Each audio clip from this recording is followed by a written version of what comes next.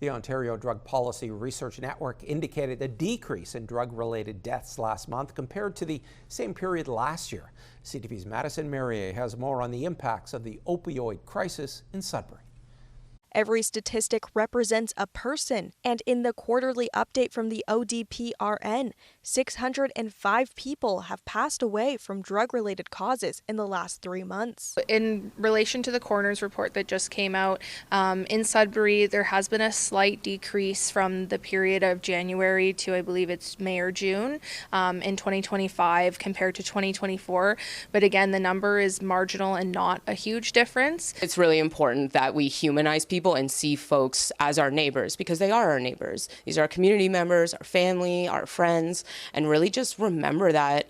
And it's not helping anybody to stigmatize folks, to demonize people. According to the report, Thunder Bay, Sudbury and districts and Porcupine health units have reported the highest number of opioid toxicity-related deaths in the last 2 years. Industrial sectors, a higher rate of injuries and high-risk work can lead to more exposure to opioids.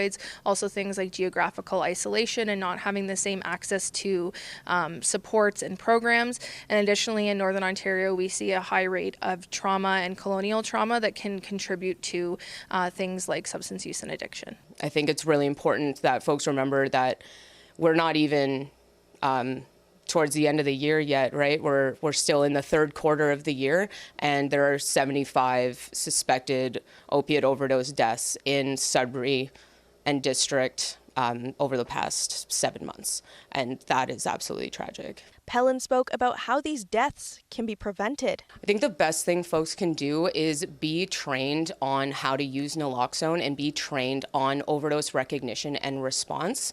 I think it's crucial. So I just really, really encourage folks to get trained on naloxone, and folks can do that within our organization. On Friday, August 29th, the Rezo Access Network is hosting an open house for community members in the city to learn more about the opioid crisis, recognition, and response. Madison Marier, CTV News, Sudbury.